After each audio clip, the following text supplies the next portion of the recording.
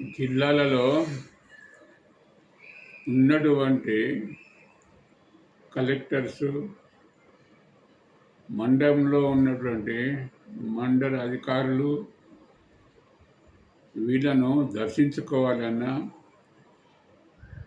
రైతులకు వాళ్ళ సమస్యలు చెప్పుకోవాలనుకున్నా చాలా కష్టమవుతున్నది.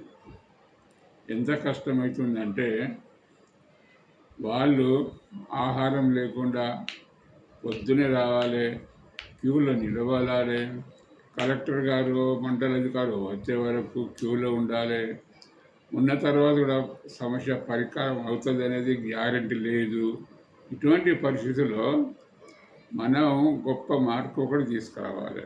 ఎందుకంటే రాడికల్ మెరిటోక్రటిక్ పార్టీ అంటేనే మార్పులకు ఒక మూల స్తంభం.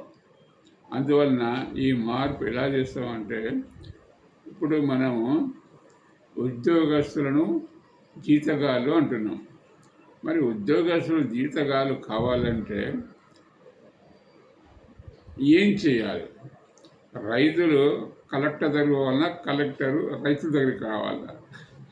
కలెక్టరు రైతుల దగ్గరికి వస్తే అప్పుడు అధికారులు మనకు జీతగాళ్ళు అయిపోతారు.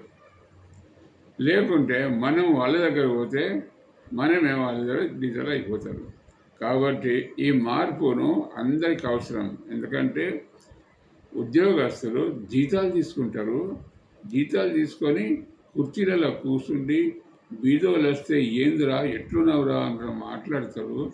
ఆ విధంగా మాట్లాడి వాడిని అక్కడిదక్కడే వాడు ఎలాంటి అభివృద్ధిలోకి రాకుండా చేసేస్తున్నారు. కాబట్టి ఉద్యోగస్తులు జీతగాళ్ళు అనేటటువంటి భావన అందరిలో రావాలంటే ఉద్యోగస్తులంతా ప్రజల దగ్గరికి పోవాలి. వాళ్ళ దగ్గర పోయి వాళ్ళ సమస్యను ఎక్కడి సమస్య అక్కడ తీర్చాలి. ఆ విధంగా మనము అభివృద్ధి అవుతాము అని మా పార్టీ నమ్ముతుంది.